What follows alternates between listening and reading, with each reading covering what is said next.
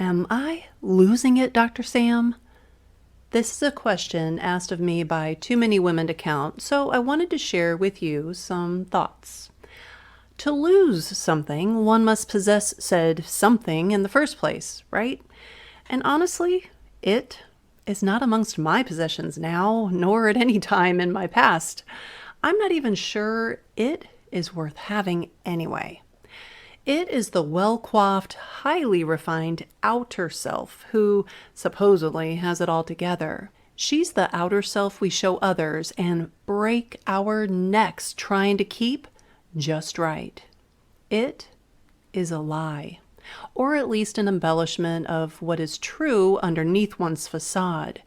She is not our authentic self, yet we've spent a lifetime on her construction, so we're rather attached to keeping her intact. She's familiar to us as well as others in our lives, and that brings us comfort.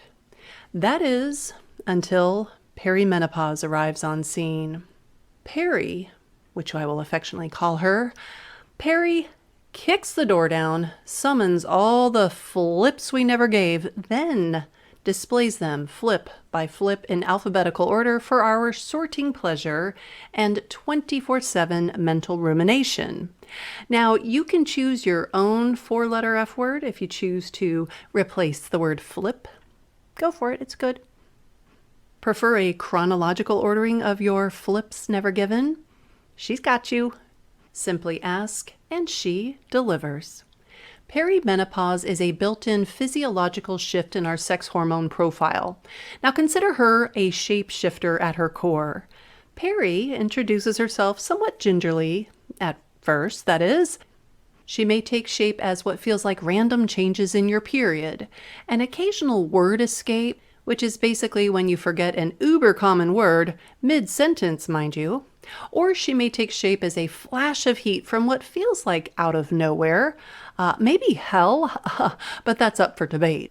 She may choose from a whole host of other seemingly unrelated things as well. Her quiver is full.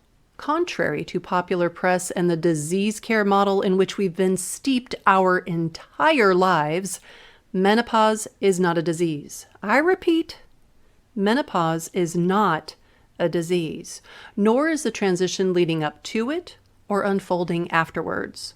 From peri to post-menopause, this transition is a natural experience in a woman's life. It is a rite of passage, and a very powerful one at that. The fact these experiences are called symptoms has led us on a wild goose chase looking for cures and treatments, when we would be better served seeking the answers to one simple question. What am I trying to tell myself? Whether the question is asked by our body, our mind, or our emotional heart, the person we need to be asking is our self, our inner self, that is. Menopause and all the stages thereof is not something to be drugged or treated. It is not something to be feared either. And let me save you from yourself. Don't even think of trying to outsmart or outrun her with your busyness whilst sporting your Wonder Woman bracelets of submission. Peri waits for no one. You see, there is no powering through perimenopause. In fact, in my experience, the more I tried to power through, the more Peri pushed back. She's persistent, ubiquitous in fact, and she calls the shots. You have two choices when Peri joins the inner self's roster. Option number 1, you listen to her and act accordingly. Option number 2, you experience the reckoning of all reckonings. The choice is yours. No skin off her nose, seriously. She is fine either way. You are on her calendar and she does not entertain schedule change requests. Perimenopause demands of us an unraveling. You determine whether it's the reactive variety or the proactive. In short, an unraveling is a self-examination in which we work through our past, get grounded in the present, and design a future we look forward to on every level.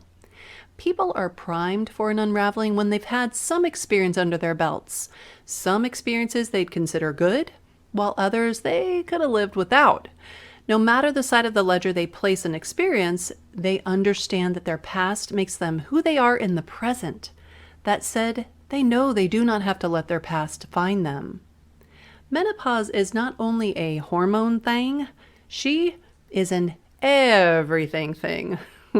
Perimenopause is the nexus of everything we've been through, the unspoken regrets we turn a blind eye to, as well as the time when all the emotions we bury deep decide to gang up on us. Oh yeah.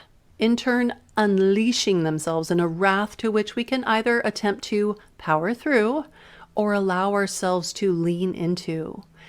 Even the most wondrous of Wonder Women among us are no match for perimenopause when we are not prepared, or when, like many of us, we mistakenly think we can outsmart her. She laughs in our faces, and rightfully so. Who are we to think we can outmaneuver our deepest desires, our deepest secrets, and our deepest regrets? I entered the perimenopausal waters in my mid-40s. I'm not sure when exactly, for Peri is more of an, oh, that's what's going on kind of thing than the, I know exactly what's happening kind of thing. She's elusive until you acknowledge her presence. 'Tis then when the murkiness clears. Every woman will experience perimenopause. There's no opting out, no matter who you are and how important you may think what you've got going on is. Now, there's one caveat to this statement, and that is when there is a medical reason that brought on menopause, whether that's surgical or medicinal in nature.